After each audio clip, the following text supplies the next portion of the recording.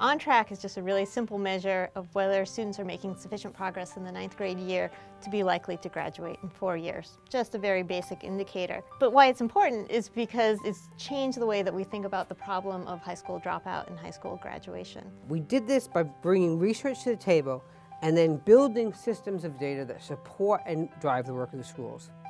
Why we were successful is we said, man, you know, you've got a lot of kids in your building and it's very hard to manage them all. So let's think about identifying kids early, setting up systems within the building to use data effectively. If people don't even know what periods kids are flunking courses in, well, then they can't work on the problem. The thing is, at the time, graduation rates in Chicago were at about 53%.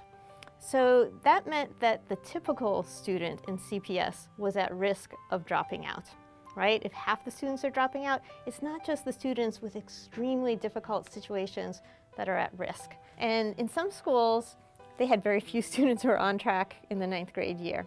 In other schools, most of their 8th grade graduates were on track in the 9th grade year. But it didn't matter how many were on track in the 9th grade year.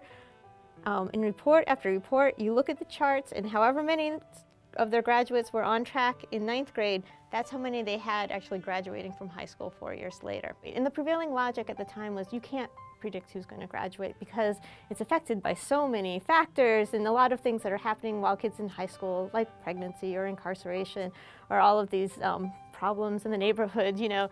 And what we found is, you know, actually you can predict with high accuracy whether or not students are going to graduate just by looking at how they do in their 9th grade year. And that's why On Track is so powerful, because it's, you know, it's a tool for actually working on the problem, right? Because schools can develop systems around monitoring attendance, monitoring students' grades, figuring out how to support students. They can't fix crime in the neighborhood and teenage pregnancy, you know, and juvenile justice. That is outside of their realm. It's hard, but they can make sure that kids are coming to school and that they're succeeding in their classes. It's keeping kids from falling through the cracks. I mean, without those kinds of systems, kids are doing poorly and no one reaches out, and so they end up failing, right? But once you have people reaching out, finding out why a student is failing, then they don't fall through those cracks. What's kept me in the game is this group of principals and high school educators who became so committed to figuring out how to do this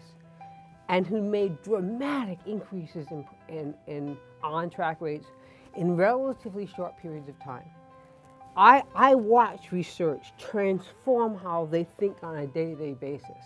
It was a movement that really was spread at the local level with a lot of learning happening along the way, and I think that's what made it successful, because you could figure out how to use the data tools given the kids that you were serving, given the way that your school worked, rather than trying to have a cookie-cutter policy that was imposed in the same way in all places.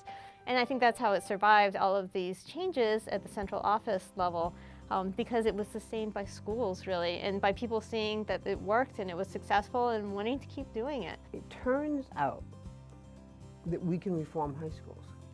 I mean, this was the idea for the Network for College Success, but for a long time we have written off high schools, large neighborhood high schools, as institutions. The consortium call it institutions organized for failure. For the first time, I think we've learned, it's sort of silly to say, who'd have thunk that we could have solved the dropout problem all along if we had simply stopped blaming the kids. This is really major, right? It's not about the skills of the kids coming in. It's about whether they're successful in the 9th grade year. And this was really a game changer, not just for us and our thinking, but for a lot of high school principals. Everybody has a high school transcript.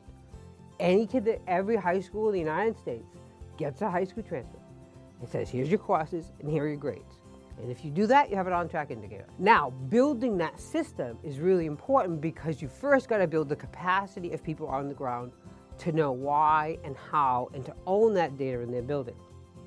Now we realize that I can change that outcome relatively early by finding that kid who is usually hiding because they don't want to tell their parents that they're skipping last period all the time, and say, it's my job as the educator to figure out how to talk to your parents because you're only 14. And there's no way you're going to turn your behavior around without somebody to help. And you know, I think we're seeing a new movement in schools for really using data to figure out who needs help, reach out to kids as soon as they show signs that they're struggling. So it's kind of an exciting time because I think there's a lot of potential. We have clearly shown that this will pay off, and I expect that every city in the country should be doing it. What this reform did was to say to educators in the building, we will help you build the capacity to work on problems. And what excites me about this is they changed the trajectory for children. The outcomes were even better than I ever could have anticipated.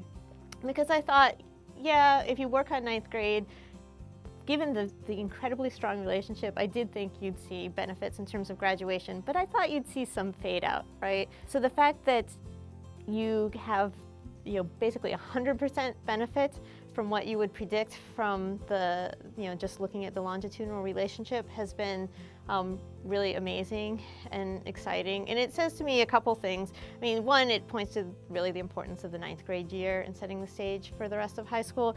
But even more than that, it says that schools are changing the way they operate in terms of how they support students. Solving the dropout problem is an anti-poverty solution.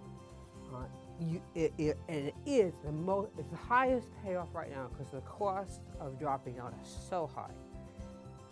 But for the city, college is the middle class.